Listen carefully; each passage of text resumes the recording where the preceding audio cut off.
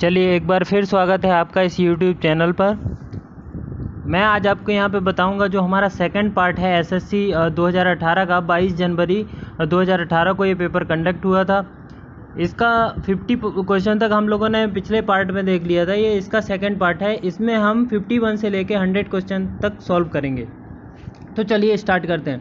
पहला क्वेश्चन है हमारा, commutator in DC generator is used for. इसमें बताना है कि जो हमारा कम्यूटेटर होता है डीसी जनरेटर में वो किस लिए यूज़ होता है। तो हम जानते हैं जो जनरेटर होता है, जनरेटर के केस में जो हमारा डीसी जनरेटर होता है उसमें जो कम्यूटेटर होता है वो एसी को डीसी में कन्वर्ट करता है। समझ में आया। और जो मोटर के केस में बात करेंगे उसमें कम्यूटेटर क्या करता है, मोटर के केस में डीसी को एसी में कन्वर्ट करता है। समझ में आ गया। अगर यहाँ पे पूछा गया है आपको जनरेटर के केस में कम्यूटेटर का क्या काम होता है, तो आपको लिखना है एसी से डीसी कन्वर्ट करना। तो कन्वर्ट एसी टू डीसी, आपका जो 4th नंबर का ऑप्शन है वो सही हो जाएगा। ठीक है। नेक्स्ट, अगर आपको कभी आ जाता है मोटर के केस में क्या करता है, तो आपको लगाना है डीसी को एसी में कन्वर्ट करता है। समझ में आ गया। तो चलिए नेक्स्ट क्वेश्चन लेते हैं। नेक्स्ट क्वेश्चन है हमारा, tapping of a transformer is provided. जो टेपिंग होती है वो ट्रांसफार्मर में कहाँ प्रोवाइड की जाती है वो बताना है। तो हम जानते हैं कि हमारा ट्रांसफार्मर होता है वो कुछ इस तरीके से होता है। एक लो वोल्टेज वाइंडिंग होती है, एक हाई वोल्टेज वाइंडिंग होती है ना। तो जो हमारा टेपिंग हम जब प्रोवाइड करते हैं तो जो हमारा हाई वोल्टेज वाइंडिंग होगा, ठीक है, उसका जो सेंटर पॉइंट होगा वहाँ पे हम लोग टेपिंग प्रोवाइड करेंगे। समझ में आ गया। तो हमारा जो आंसर हो जाएगा at the center of high voltage side.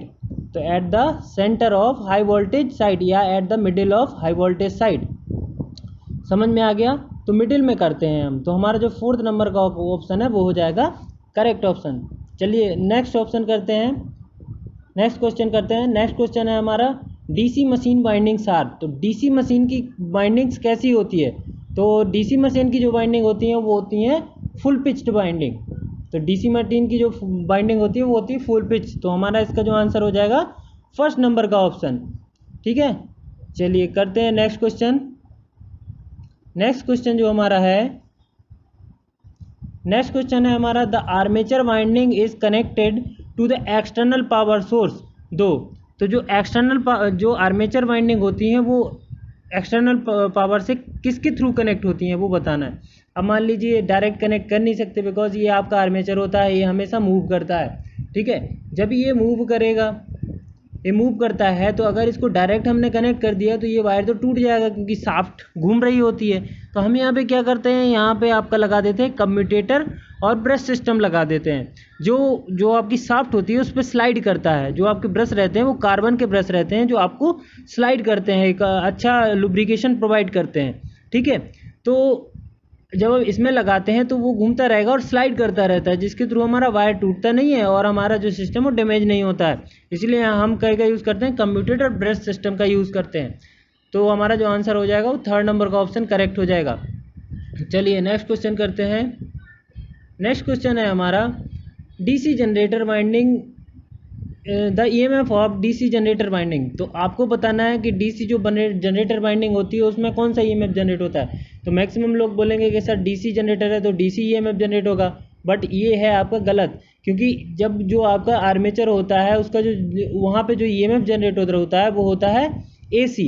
अब यहाँ पे जो एक कम्यूटेटर लगा रहता है, जैसे कि हमने फर्स्ट क्वेश्चन में पढ़ा है, कम्यूटेटर क्या करता है, इस एसी वोल्टेज को कर देता है डीसी में कन्वर्ट। तो हमें जो मिलता है आउटपुट में वो मिलता है हमारा डीसी वोल्टेज। ठीक है। तो कम्यूटेटर का काम ही यही होता है कि वो एसी को डीसी में कन्वर्ट कर देता है। इनकेस ये जनरेटर के बारे में बात कर रहे हैं हम, लेकिन जब डीसी मोटर के बारे में बात करेंगे तो उसमें क्या करते हैं, सप्लाई देते हैं।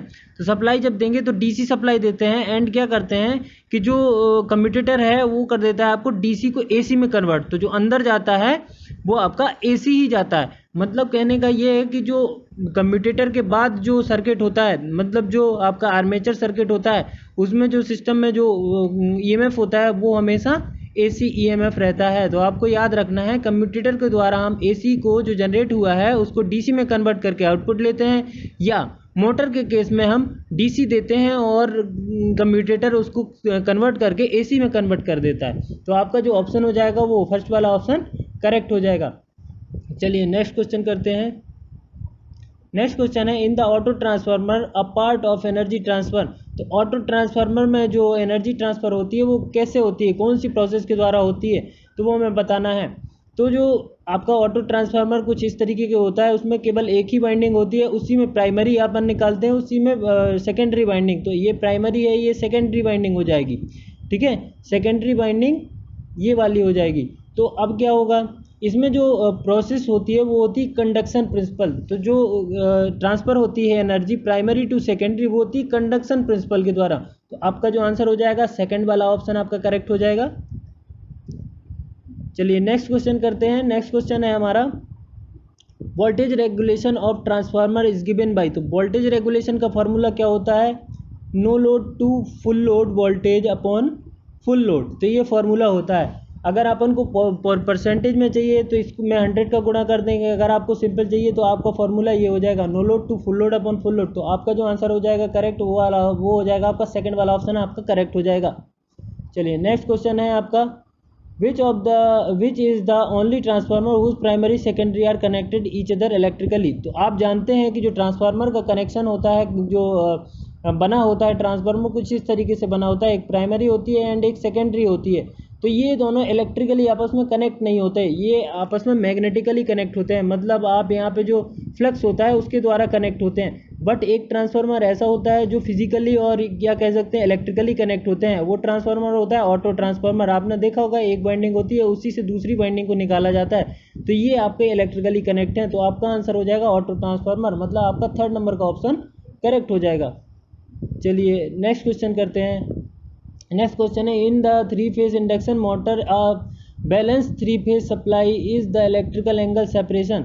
मतलब ये बोल रहा है कि जब जो 3 फेज इंडक्शन मोटर होता है उसमें बैलेंस सप्लाई देते हैं तो उनके जो बीच का एंगल होता है वो कितना होता है। तो आपको पता है कि कोई भी 3 फेज सप्लाई होती है जो कि बैलेंस होती है तो उसके बीच का एंगल 120 डिग्री होता है। अब वो कहीं भी यूज़ करी जा सकती है, तो ये इसका हो जाएगा 120 डिग्री। जो उनके फेस के बीच में डिफरेंस होता है वो होता है 120 डिग्री। तो जो हमारा ऑप्शन हो जाएगा वो फोर्थ नंबर का ऑप्शन करेक्ट हो जाएगा। चलिए नेक्स्ट क्वेश्चन करते हैं। The slip of induction motor 0.04 and the frequency of motor is 60 hertz, hence the rotor current frequency. तो आपको रोटर करंट की फ्रीक्वेंसी निकालना है, जिसको अपन F2 से डिनोट करते हैं, और F2 इक्वल टू होता है S इंटू F1। F1 होता है सप्लाई फ्रीक्वेंसी, है ना, S होता है स्लिप। तो जब आप इसमें वैल्यू रखोगे तो 0.04 इंटू 60, तो आपकी जो आंसर आ जाएगा आपका वो आ जाएगा 2.4 हर्ट्ज। 2.4 आपका हर्ट्ज आंसर आ जाएगा। तो मतलब आपकी जो फ्रीक्वेंसी है वो है थर्ड नंबर का ऑप्शन आपका करेक्ट है 2.4। चलिए नेक्स्ट क्वेश्चन करते हैं। नेक्स्ट क्वेश्चन है आपका विच single phase motor would you select for tape recorder. अब टेप रिकॉर्डर में कौन सा मोटर यूज़ किया जाता है, तो आप लोगों को ये मेरे ख्याल से एक टेबल बना लेनी चाहिए। जो आपके घर में इंस्ट्रूमेंट है, जैसे कूलर है, फ्रिज है, टीवी है या फ्रिज जो भी है, टेप रिकॉर्डर है, तो यहाँ आपको इंस्ट्रूमेंट का नाम लिखना चाहिए एंड यहाँ पे कौन सा मोटर उसमें यूज़ किया जाता है। बिकॉज हर एग्ज़ाम में एक ना एक मोटर ज़रूर आता है जो पूछा जाता है, या तो कहीं कहीं 2 मिल जाते हैं। तो यहाँ पे हमें पूछा गया है कि टेप रिकॉर्डर में कौन सा यूज़ किया जाता है। अगर आपको ये सारे चाहिए कि कौन से में कौन सा मोटर यूज़ किया जाता है तो आप हमें कमेंट में लिख के बताएं, हम उसका वीडियो अलग से डाल देंगे, ठीक है। चलिए तो अभी हमें पता करना है कि टेप रिकॉर्डर में कौन सा मोटर यूज़ किया जाता है। तो टेप रिकॉर्डर में हमारा जो मोटर यूज़ होता है उसको बोलते हैं हम हिस्टैरिसीस मोटर। हिस्टैरिसीस मोटर का यूज़ हमारा टेप रिकॉर्डर में किया जाता है। चलिए नेक्स्ट क्वेश्चन करते हैं। नेक्स्ट क्वेश्चन है हमारा the direction of rotation of hysteresis motor is determined. तो जो हिस्टैरिसीस मोटर का डायरेक्शन है वो कैसे डिटरमाइन करते हैं। तो हिस्टैरिसीस मोटर का direction position of shaded pole with respect to the main pole. मतलब ये बोला गया है कि उसमें पोल का पोजीशन पता करते हैं कि शेडेड पोल का जो पोजीशन ऑफ शेडेड पोल, जो शेडेड पोल का पोजीशन है वो मेन पोल की पोजीशन में के रिस्पेक्ट में कहाँ पर है, उससे हम इसके हिस्टैरिसीस मोटर की डायरेक्शन का पता करते हैं। तो हमारा जो ऑप्शन हो जाएगा सेकंड नंबर का ऑप्शन करेक्ट हो जाएगा। चलिए नेक्स्ट क्वेश्चन करते हैं। In a capacitor start capacitor run motor function the running capacitor is the series with the auxiliary winding is 2। मतलब ये पूछा गया है कि जो कैपेसिटर स्टार्ट और कैपेसिटर रन इंडक्शन मोटर होता है, उसमें जो एक कैपेसिटर जो पैरेलल में लगा हुआ होता है वो यूज़ होता है हमारा स्टार्टिंग के लिए, लेकिन जो हमारा कैपेसिटर रन मतलब जो परमानेंटली लगा दिया जाता है, जो कि सीरीज़ में लगा हुआ होता है। एक क्वेश्चन यहाँ से भी बनता है कि जो रनिंग कैपेसिटर होता है वो सीरीज़ में रहता है या पैरेलल में रहता है, या सीरीज़ पैरेलल दोनों में रहता है, या कुछ भी नहीं। तो ये क्वेश्चन यहाँ भी बनता है। तो यहाँ पे ये इस क्वेश्चन में पूछा गया है जो सीरीज़ में कैपेसिटर लगा रहता है, जो रनिंग कैपेसिटर होता है, उसका यूज़ क्यों किया जाता है, वो उसका यूज़ करने का कारण क्या है। तो जब भी सीरीज़ में कैपेसिटर लगाया जाए, वो कहीं भी लगाया जाए, तो आप याद रखिए, चाहे ट्रांसमिशन लाइन में लगाया जाए चाहे कहीं भी लगाया जाए, तो आपको याद रखना है कि वो जब भी सीरीज़ में कैपेसिटर लगता है तो वो हमेशा पावर फैक्टर के इम्प्रूवमेंट करने के लिए लगाया जाता है। तो इसका जो आंसर हो जाएगा वो हो जाएगा improvement of power factor. First वाला ऑप्शन आपका करेक्ट हो जाएगा। चलिए नेक्स्ट क्वेश्चन करते हैं। समकृत प्रतिकर्षण या फिर इंग्लिश में the purpose of stator winding in the compensated repulsion motor. तो स्टेटर वाइंडिंग का क्या यूज़ है, क्या यूज़ है रिपल्सन मोटर में। तो इसका यूज़ है improvement of power factor and provide the better regulation. तो पावर फैक्टर को इम्प्रूव करने के लिए स्टेटर वाइंडिंग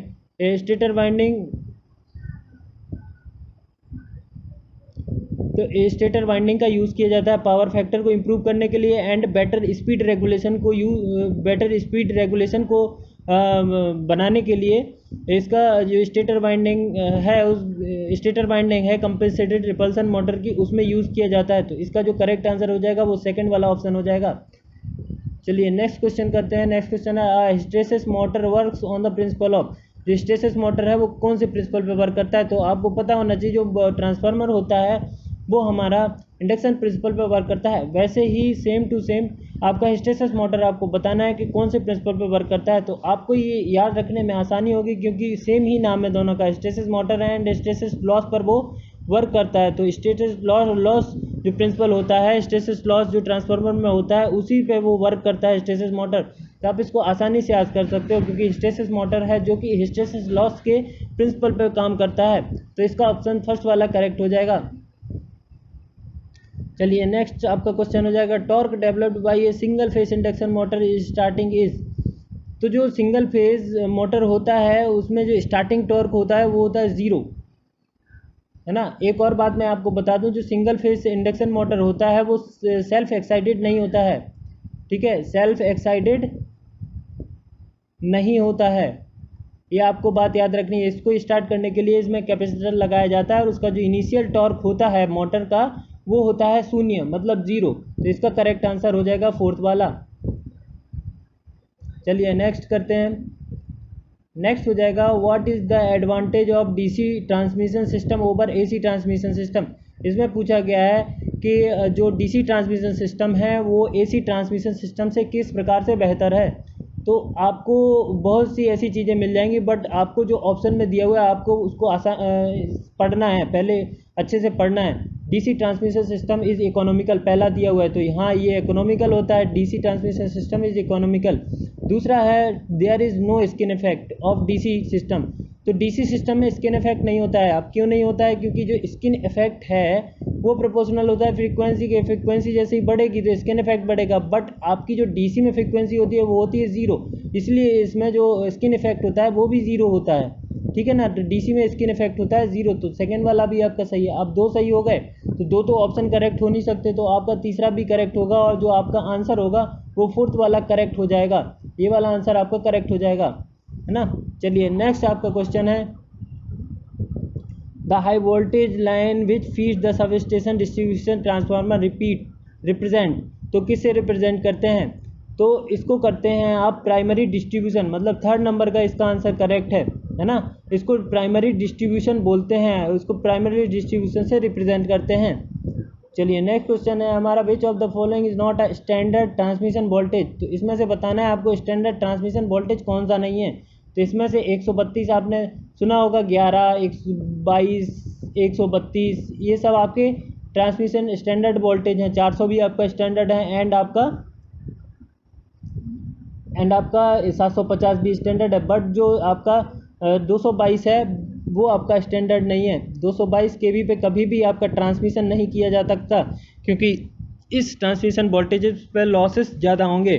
तो लॉसेस कम करने के लिए अपन स्टैंडर्ड जो ट्रांसमिशन सिस्टम है जिस पे लॉसेस कम होते हैं अपन उस पर ही ट्रांसमिशन करते हैं। तो इसका जो करेक्ट आंसर हो जाएगा वो हो जाएगा आपका ये वाला करेक्ट हो जाएगा, सेकंड वाला। चलिए नेक्स्ट क्वेश्चन है आपका, dielectric strength of rubber is around. तो रबर का डाइइलेक्ट्रिक स्ट्रेंथ बताना है। तो मैं आपको बता दूं कि आपको एग्जाम में हर किसी का डाइइलेक्ट्रिक स्ट्रेंथ, जैसे कांच का हो गया, सीमेंट का हो गया और तमाम चीज़ों का डाइइलेक्ट्रिक स्ट्रेंथ आता है। यहाँ पर आपको रबर का मिला है, लेकिन नेक्स्ट एग्जाम में हो सकता है आपको कांच का मिल जाए। तो इसलिए आपको डाइइलेक्ट्रिक स्ट्रेंथ सारी याद कर लेना है। यहाँ पर देखें तो हमारा जो रबर का डाइइलेक्ट्रिक स्ट्रेंथ होता है वो 30 kb पर mm होता है ना, 30 kb पर mm होता है। तो इसको आप याद कर लें। ये फैक्ट वाले क्वेश्चन होते हैं, इसमें कोई कैलकुलेशन नहीं होता है। अगर आपको याद है तो याद है, नहीं याद है तो आपसे नहीं बनेगा, आप गलत करके ही आओगे। तो आपको सारे जो डाइइलेक्ट्रिक स्ट्रेंथ है सारे के याद कर लेना है। और अगर आप चाहते हो कि मैं इस पर भी वीडियो बनाऊं तो आप प्लीज़ हमें कमेंट करके ज़रूर बताएं, मैं इस पर आपको वीडियो बना के डाल दूंगा।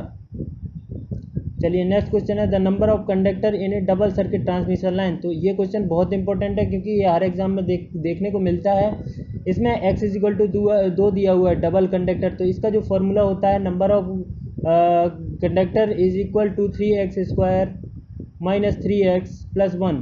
तो यहाँ पे आप x इजिकल टू 2 अगर रखेंगे तो आपका वैल्यू आ जाएगा 7, मतलब 7 कंडक्टर यहाँ पे होंगे। अगर मान लो 3 दिया हुआ है ट्रिपल सर्किट लाइन, तो ट्रिपल सर्किट लाइन में x इजिकल टू 3 हो जाएगा। जब आप 3 रखोगे तो आपका n कुछ और आएगा, ठीक है। तो यहाँ पर 7 देखते हैं, थर्ड वाले में दिया हुआ है, तो आपका थर्ड वाला ऑप्शन है वो करेक्ट हो जाएगा। चलिए नेक्स्ट क्वेश्चन करते हैं। नेक्स्ट क्वेश्चन है, the earth conductor carry the high voltage transmission line is. तो हाई वोल्टेज ट्रांसमिशन लाइन में जो अर्थ कंडक्टर होता है वो कहाँ लगा हुआ था। तो आपने ये टावर देखे होंगे बहुत बड़े बड़े, ठीक है ना। इसमें जो अर्थ कंडक्टर होता है वो सबसे ऊपर लगा रहता है। मतलब इसका ये हुआ कि जो एबव द लाइन कंडक्टर, मतलब जो लाइन कंडक्टर लगे हुए होते हैं इंसुलेटर के थ्रू, उसके ऊपर लगा रहता है सबसे ऊपर। तो इसका जो आंसर हो जाएगा करेक्ट वो हो जाएगा सेकंड नंबर वाला ऑप्शन, सॉरी फर्स्ट वाला ऑप्शन करेक्ट हो जाएगा, एबव द लाइन कंडक्टर। चलिए नेक्स्ट क्वेश्चन करते हैं। नेक्स्ट क्वेश्चन है, the type of wiring that is highly suitable for temperature settled is. तो टेम्परेरी सेटिंग के लिए जो वायरिंग यूज़ की जाती है वो होती है क्लेट वायरिंग। क्लेट वायरिंग सबसे ज़्यादा सुइटेबल होती है फॉर द टेम्परेरी सेटिंग, ठीक है ना। तो ये वायरिंग वाले जो क्वेश्चन हैं या फिर लाइटिंग वाले जो क्वेश्चन है ये सब आपके utilization of electrical energy question है। तो आप ये मान के चलिए आपके 10 क्वेश्चन के करीब यूटिलाइजेशन के क्वेश्चन यहाँ पे आए हुए हैं। तो आपके ये सब्जेक्ट छोड़ना नहीं है, ये सब्जेक्ट बहुत ही ज़्यादा इंपॉर्टेंट है। चलिए नेक्स्ट क्वेश्चन करते हैं, to prevent the excessive brightness which type of lighting scheme is use. तो लाइटिंग स्कीम बताना है, ये आपका जनरल नॉलेज का क्वेश्चन है। यहाँ पे आप जब देखते हो कि यहाँ पे मान लो एक लाइट सोर्स रखा हुआ है, यहाँ पे अगर डायरेक्ट पड़ेगी तो ये ब्राइटनेस बहुत ज़्यादा होगी, एक्सेसिव ब्राइटनेस होगी। इसको रोकना है हमें, तो हम क्या करेंगे, अगर हमें इस स्क्रीन पे लाइट चाहिए, इस वाली स्क्रीन पे लाइट चाहिए, तो हम इसको इस तरफ कर देंगे, तब ये रिफ्लेक्ट होगी यहाँ पे आएगी। यहाँ पे कुछ रिफ्लेक्शन के लिए रख देंगे, तो रिफ्लेक्ट होकर जब यहाँ आएगी तो इनडायरेक्टली जब इस पे पड़ेगी तो ऑब्वियसली ब्राइटनेस कम हो जाएगी। तो आपको ये आंसर यहाँ पे हो जाएगा सेकंड वाला। जब इनडायरेक्टली अपन यूज़ करते हैं तो हमारी एक्सेसिव ब्राइटनेस कम हो जाती है, प्रिवेंट हो जाती है। तो चलिए हम नेक्स्ट क्वेश्चन करते हैं। नेक्स्ट क्वेश्चन है हमारा, Ohm's law is applicable. Ohm's law आप बचपन से पढ़ते आए हैं, कक्षा 10th से आपने ये पढ़ा है, ठीक है। लेकिन आपको पता है कि ये कहाँ पर यूज़ करते हैं? तो मैं बताता हूँ आपको, जब भी आपको कांस्टेंट टेम्परेचर होगा तभी आप इसको यूज़ कर सकते हैं, वरना आप इसको यूज़ नहीं कर सकते। बिकॉज जब आप कांस्टेंट वेरिएबल टेम्परेचर में आप इसको यूज़ करोगे तो ये आपका काम नहीं करेगा, मतलब फेल हो जाएगा। ये आप जो इसकी प्रॉपर्टी होती हैं V प्रोपोर्शनल टू I, ये इस पर खरा नहीं उतरेगा, मतलब ये प्रोपोर्शनलिटी जो है वो नहीं दर्शाएगा, क्योंकि इसकी कंडीशन ही है। जब आप ओम्स लॉ अगर अप्लाई कर रहे हो तो आपका जो वो टेम्परेचर है वो कांस्टेंट होना चाहिए, वेरिएबल टेम्परेचर पे ये काम नहीं करेगा। तो इसका जो आंसर हो जाएगा वो सेकंड नंबर का ऑप्शन हो जाएगा। चलिए नेक्स्ट क्वेश्चन करते हैं, most of the fuses operate due to. तो जो फ्यूजेज होते हैं उनकी क्या प्रॉपर्टी होती है, फ्यूजेज क्या करते हैं? मान लीजिए एक फ्यूज़ है, उसको हमने सीरीज़ में जोड़ दिया किसी इंस्ट्रूमेंट के, यहाँ पे कुछ वायर लगा हुआ होता है, तो इसका वायर का जो लिमिट है वो फिक्स होता है कि 10 एम्पियर ये पास कर सकता है। अगर मान लो यहाँ पे एक्सेसिव करंट आया, 11 एम्पियर यहाँ पे आया, तो ये वायर गल जाएगा, है ना, पिघल जाएगा, और हमारा जो सर्किट है वो डिस्कनेक्ट हो जाएगा, जिसके द्वारा हमारा क्या है, जो इंस्ट्रूमेंट है वो ख़राब होने से बच जाएगा। तो फ्यूज़ का मेनली यही काम होता है। तो फ्यूल यहाँ पे मान लो 10 एम्पियर आया, 11 पे ये गल जाएगा, तो मतलब क्या हुआ, गलेगा तब जब टेम्परेचर बढ़ेगा। तो ये हीटिंग इफेक्ट ऑफ करंट पे काम करता है, मतलब अगर हीट ज़्यादा होगी तो ये गल जाएगा और हमारा सर्किट ओपन हो जाएगा और इंस्ट्रूमेंट बच जाएगा। तो इसका जो आंसर हो जाएगा फर्स्ट वाला ऑप्शन करेक्ट हो जाएगा। चलिए नेक्स्ट क्वेश्चन करते हैं। Pin type insulator is normally use for voltage about. तो जो पिन टाइप इंसुलेटर होता है वो नॉर्मली किस वोल्ट तक ही यूज़ कर सकते हैं, तो इसका है 11 किलो वोल्ट। जो हमारा पिन टाइप इंसुलेटर होता है उसको हम नॉर्मली 11 किलो वोल्ट तक ही यूज़ कर सकते हैं, उससे ज़्यादा के लिए हमें जो नेक्स्ट हमारे इंसुलेटर होते हैं वो लगाने पड़ेंगे। ये केवल सुइटेबल होता है केवल 11 वोल्ट के लिए, ठीक है। तो इसका ऑप्शन हो जाएगा 4th नंबर का। चलिए नेक्स्ट क्वेश्चन करते हैं। नेक्स्ट क्वेश्चन है ट्रांसफार्मर का the core of transformer is made by. जो ट्रांसफार्मर का कोर है वो किस चीज़ का बना होता है, तो आपने देखा होगा घर में आपके छोटे छोटे ट्रांसफार्मर होते हैं, ठीक है, उसमें आपने देखा होगा ई शेप में आपको बहुत सारी ब्लेड्स निकलती होंगी। तो ये ब्लेड्स को जोड़ के बनाया जाता है। तो आपको हिंदी में समझ में आ रहा होगा परतदार आवरण, परत दर परत उस ई वाले शेप को जमाया जाता है और एक ट्रांसफार्मर का कोर बनाया जाता है जिससे हिस्टेरिसिस लॉसेस कम हो जाते हैं, ठीक है। तो इसका जो आंसर हो जाएगा वो 4th नंबर का ऑप्शन हो जाएगा करेक्ट।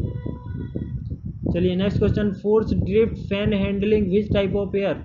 तो फोर्स ड्राफ्ट फैन जो होता है वो हमारी ठंडी हवा फेंकता है, मतलब ठंडी हवा निकालता है, क्योंकि जो इंडस्ट्री होती है उसमें जो मोटर या मशीन वगैरह होती है उनको ठंडा करने के लिए यूज़ किया जाता है। तो इसका यूज़ हम मशीनों को ठंडा करने के लिए करते हैं, तो इसलिए ये कोल्ड एयर फेंकता है। तो इसका जो आंसर हो जाएगा वो 2nd नंबर का ऑप्शन करेक्ट हो जाएगा। चलिए नेक्स्ट क्वेश्चन करते हैं। Who invented the alternating current. आप इलेक्ट्रिकल इंजीनियर हो तो आपको ये पता होना चाहिए कि किसने आपका ये एसी करंट बनाया है, क्योंकि एसी करंट ही इलेक्ट्रिकल इंजीनियर एसी और डीसी से पाला पड़ता है हमारा, तो हमें पता होना चाहिए। तो ये इसका आंसर हो जाएगा टेस्ला। जो टेस्ला नाम के वैज्ञानिक थे उनने ये जो एसी करंट होता है वो उन्हीं ने बनाया था, उन्हीं ने इसका आविष्कार किया था सबसे पहले, इसलिए उनके नाम पे ये जाना जाता है कि टेस्ला के एसी करंट टेस्ला ने इसका आविष्कार किया था। चलिए नेक्स्ट क्वेश्चन करते हैं। The function of insert gas in the filament is. तो ये बताना है यहाँ पे जो फिलामेंट लैंप होता है उसमें जो गैस भरी होती है उसका क्या काम होता है, तो उसका काम होता है minimize the effect of evaporation during the service. जब बल्ब जल रहा होता है तो उस समय पे वो एवोपरेशन इफेक्ट को कम करता है, जो गैस होती है वो एवोपरेशन इफेक्ट को मिनिमाइज करती है। तो ये 3rd नंबर का ऑप्शन इसका करेक्ट आंसर हो जाएगा। चलिए नेक्स्ट क्वेश्चन करते हैं। विच of the following is the flexible wire is not use. तो आपको बताना है कहाँ पर फ्लेक्सिबल वायर यूज़ नहीं किया जाता है। तो फ्लेक्सिबल वायर टीवी आप लोग घर पे देखते हो तो आपको ये पता ही चल जाएगा, टेबल फैन आपके घर में ही होता है, ट्यूबलाइट आपके घर में, तो तीनों में ये आपका लूज वायर या फ्लेक्सिबल वायर यूज़ किया जाता है। बट सीमेंट फैक्ट्री में ये यूज़ नहीं किया जाता लूज वायर, क्योंकि वहाँ पे करंट लगने का खतरा रहता है, इसलिए वहाँ पे आप जो बस बार होती हैं मोटी मोटी ये आप उसका यूज़ करते हो। जो आपने घर में पैनल में भी देखी होंगी मोटी मोटी बस बार होती हैं, वो लूज़ नहीं होती हैं, फिक्स्ड होती हैं, जो कि स्क्रू द्वारा कसी हुई रहती हैं, तो आप उसका यूज़ करते हो। तो आपका जो आंसर हो जाएगा वो हो जाएगा 4th नंबर का सीमेंट फैक्ट्री। नेक्स्ट जो आपका क्वेश्चन है वो है आपका the gas used in the gas filled filament lamp. तो कौन सी गैस भरी होती है वो आपको बताना है। जो गैस फिल्ड फिलामेंट लैंप होता है उसमें कौन सी गैस भरी जाती है, तो उसमें गैस जो भरी जाती है वो होता है हीलियम। हीलियम का जो साइन होता है वो He होता है एंड इसका परमाणु क्रमांक 2 होता है और ये अक्रिय गैस के नाम से जानी जाती है। मतलब इसमें ये किसी से कोई क्रिया नहीं करती, ये इसीलिए इसका यूज़ किया जाता है। अक्रिय गैसेस के बातम कोष में एक भी इलेक्ट्रॉन नहीं होते हैं, खाली होता है, ठीक है। मतलब इसके कक्षक जो हैं वो पूर्ण रूप से फिल्ड होते हैं। तो इसका जो करेक्ट आंसर है वो आपका हो जाएगा फर्स्ट वाला हीलियम। चलिए नेक्स्ट क्वेश्चन है हमारा। The output of tungsten filament lamp is depends on. तो जो टंगस्टन फिलामेंट लैंप होता है उसमें जो आउटपुट है वो किस चीज़ के ऊपर डिपेंड करता है, तो आप याद रखना जो आउटपुट होता है वो डायरेक्टली प्रोपोर्शनल होता है टेम्परेचर ऑफ फिलामेंट। जो टेम्परेचर होता है, जैसे ही वो टेम्परेचर का फिलामेंट बढ़ाओगे आप तो आपको आउटपुट भी अच्छा मिलेगा, ज़्यादा मिलेगा। तो इसका जो आंसर हो जाएगा वो टेम्परेचर ऑफ फिलामेंट हो जाएगा, क्योंकि ये इसके डायरेक्टली प्रोपोर्शनल होता है। जैसे जैसे आपको आउटपुट बढ़ाना है तो वो आपको टेम्परेचर ऑफ फिलामेंट बढ़ाना पड़ेगा, ठीक है। तो इसका आंसर 3rd वाला हो जाएगा, 3rd ऑप्शन करेक्ट है। चलिए नेक्स्ट क्वेश्चन है आपका। In arc welding voltage on AC supply system is in range. तो आर्क वेल्डिंग में, आर्क वेल्डिंग होती है उसमें जो वोल्टेज रेंज होती है वो कितनी होती है वो बताना है। तो हमारी जो वोल्टेज रेंज होती है वो होती है 70 से लेके 1000 वोल्ट तक आपकी वोल्टेज रेंज रहती है आर्क वेल्डिंग में। तो ये आपका फैक्ट है, ये आपको याद रखना है, बिकॉज ये आपको कहीं बुक में नहीं मिलता है, आपको ये पुराने क्वेश्चन से ही मिलता है, ठीक है ना। तो जो आर्क वेल्डिंग में जो रेंज होती है वोल्टेज की, AC वोल्टेज की, वो होती है 70 से लेके 1000 वोल्ट। 4th नंबर का ऑप्शन करेक्ट है। चलिए नेक्स्ट क्वेश्चन है आपका, which of the following is not a welding accessories. तो वेल्डिंग एसेसरीज कौन सी नहीं है। तो वेल्डिंग एसेसरीज आप जब पहला देखोगे इलेक्ट्रोड होल्डर, तो इलेक्ट्रोड होल्डर तो चाहिए रहता है। दूसरा स्क्रीन, हैंड स्क्रीन नहीं लगाओगे तो आपकी आंखें खराब हो जाएंगी। 4th है आपका ग्रोव्स, मतलब दस्ताने, अगर आप दस्ताने नहीं पहनोगे तो हाथ खराब हो जाएंगे, इसलिए आप फिर 3rd ऑप्शन है आपका केबल। तो केबल का यूज़ नहीं किया जाता, तो आपका जो आंसर हो जाएगा वो हो जाएगा 3rd नंबर का ऑप्शन करेक्ट हो जाएगा, है ना। 3rd नंबर का ऑप्शन हो जाएगा करेक्ट।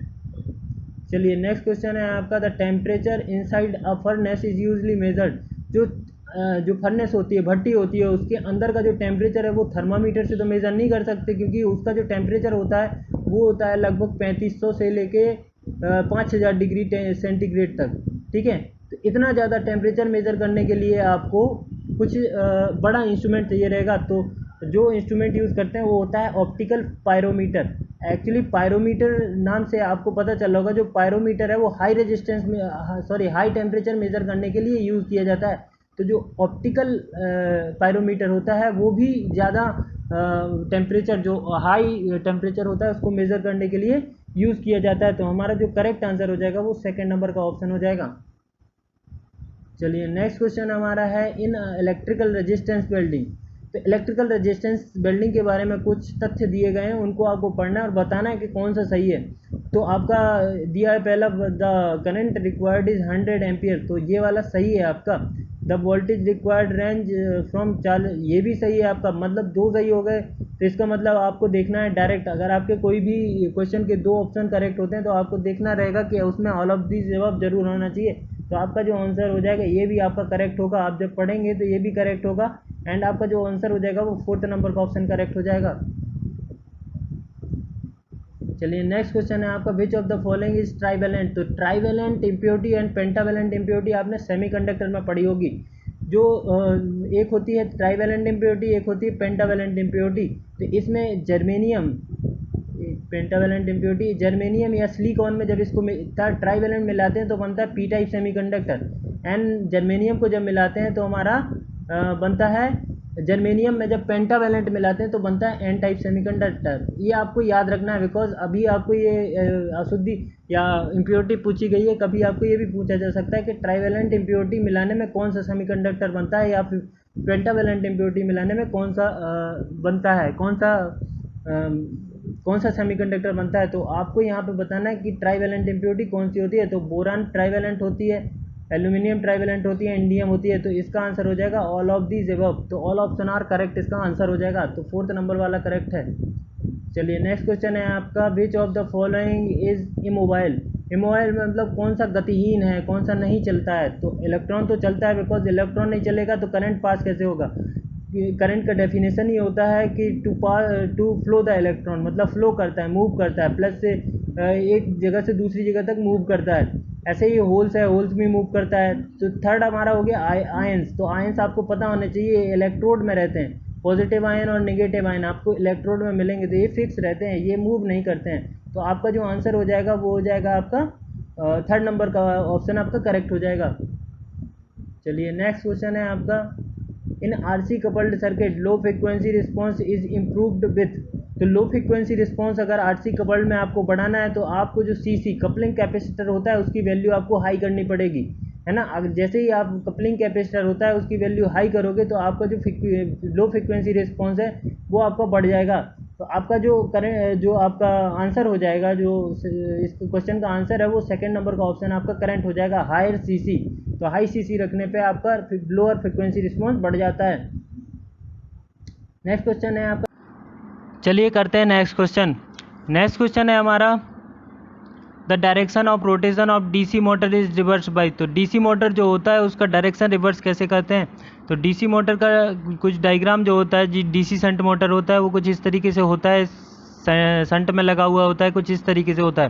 तो इसका डायरेक्शन हमें अपोजिट करना है। मान लो ये इस तरफ घूम रहा है तो हमें उस अपोजिट डायरेक्शन में घुमाना है। तो उसको करने के लिए हम इसके क्या करते हैं, जो आर्मेचर कनेक्शन होते हैं उसको रिवर्स कर देते हैं। मतलब ये कनेक्शन को आप इस तरफ जोड़ दीजिए एंड इस वाले कनेक्शन को आप इस तरफ, तो इसका डायरेक्शन रिवर्स हो जाएगा।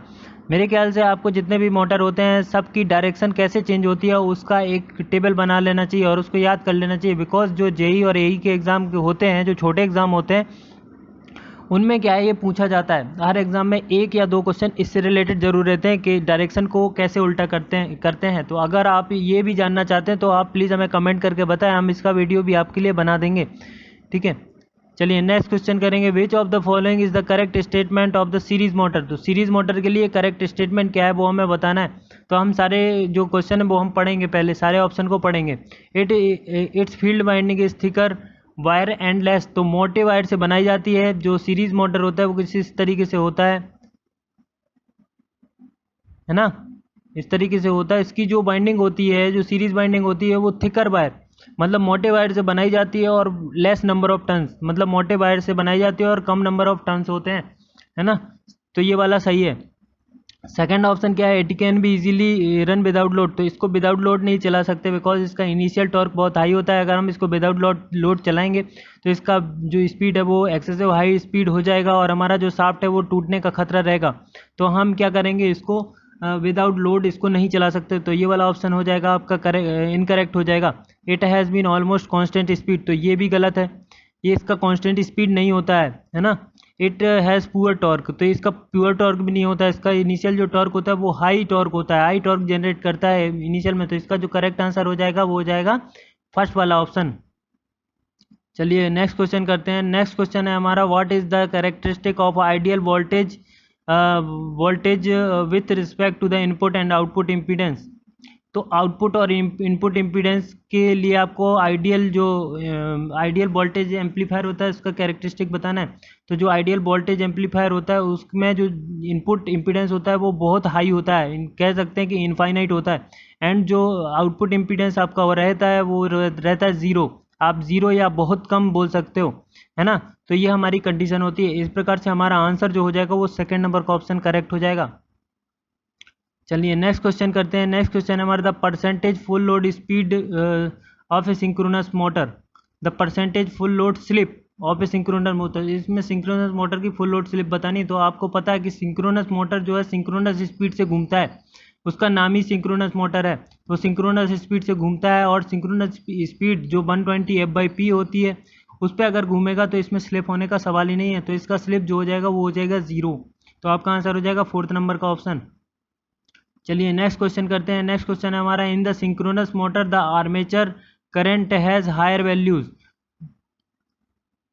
Armature current has higher values. तो आपको कंडीशन बताना है कि आर्मेचर में हायर वैल्यूज कब होती हैं।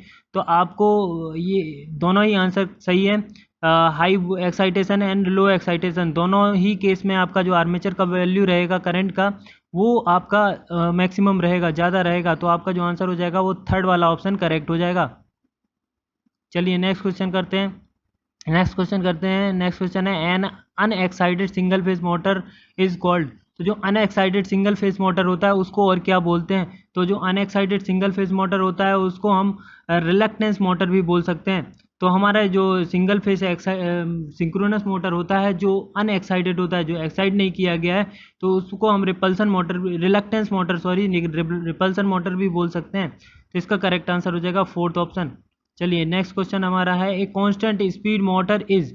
तो इसमें से कांस्टेंट स्पीड मोटर क्या है। तो अभी हमने पिछले क्वेश्चनों में पढ़ा था कि जो हमारा डीसी मोटर को बोला गया था कि कांस्टेंट स्पीड है, बट हमने उसको गलत किया था। ठीक है, तो हमारा जो क्वेश्चन सही हो जाएगा, क्वेश्चन का आंसर हो जाएगा वो जाएगा synchronous motor. Because synchronous motor synchronous speed पर घूमता है जो कि कांस्टेंट स्पीड होती है। तो हमारा ऑप्शन हो जाएगा सेकेंड वाला। चलिए नेक्स्ट क्वेश्चन है हमारा, in synchronous motor the back EMF is approximately equal to the applied voltage. तो जो बैक ईएमएफ मतलब जो जनरेट हुआ है तो वो अब हमारा सप्लाई वोल्टेज के इक्वल टू हो जाता है जो हमारा ई जनरेट हुआ है। तो अगर उसके इक्वल टू हो जाए तो हम क्या बोलेंगे, किस चीज़ की कंडीशन है। तो हम बोलेंगे कि हमारा जो एक्साइटेशन है वो 100% हो गया है। तो हमारा जो आंसर हो जाएगा वो सेकंड वाला हो जाएगा। The excitation is set to be the 100%। चलिए नेक्स्ट क्वेश्चन और आज का आखिरी क्वेश्चन है ये, ठीक है, आज का लास्ट क्वेश्चन है ये, synchronous motor can operate at, तो सिंक्रोनस मोटर को बताना है कि ये कब कब ऑपरेट कर सकता है। तो आपको पता है कि ये लीडिंग, लैगिंग एंड यूनिटी तीनों पावर फैक्टर पर वर्क कर सकता है। तो इसका जो करेक्ट आंसर हो जाएगा वो फोर्थ वाला आंसर करेक्ट हो जाएगा। तो चलिए, आपने देखा कि यहाँ पे maximum question machine, power system and utilization के हैं। 3 सब्जेक्ट के क्वेश्चन इस 50 क्वेश्चन में हमको मिले हैं। तो इसमें यूटिलाइजेशन के लगभग 15 क्वेश्चन है और बाकी 35 क्वेश्चन आपके मशीन और पावर सिस्टम से है। तो मतलब अच्छा खासा वेटेज रखता है यूटिलाइजेशन ऑफ इलेक्ट्रिकल एनर्जी। तो प्लीज़ इसको छोड़ के मत जाइए, इसको ज़रूर पढ़ें और आगे के पेपर सॉल्यूशन को देखने के लिए हमारे वीडियोस को सब्सक्राइब जरूर करें, बिकॉज हम यहाँ पे नए नए पेपर जो होते हैं आपके, वो हम डालते रहेंगे। इलेक्ट्रॉनिक्स, इलेक्ट्रिकल से रिलेटेड सारे वीडियोस यहाँ पे मिलेंगे आपको। और इस वीडियो को शेयर करना ना भूलें, बिकॉज ज़्यादा से ज़्यादा स्टूडेंट इस फील्ड के जो हैं वो इसका लाभ उठा सकें। ठीक है, तो आज के वीडियो में इतना ही फिलहाल। चलिए मिलते हैं नेक्स्ट वीडियो में। धन्यवाद।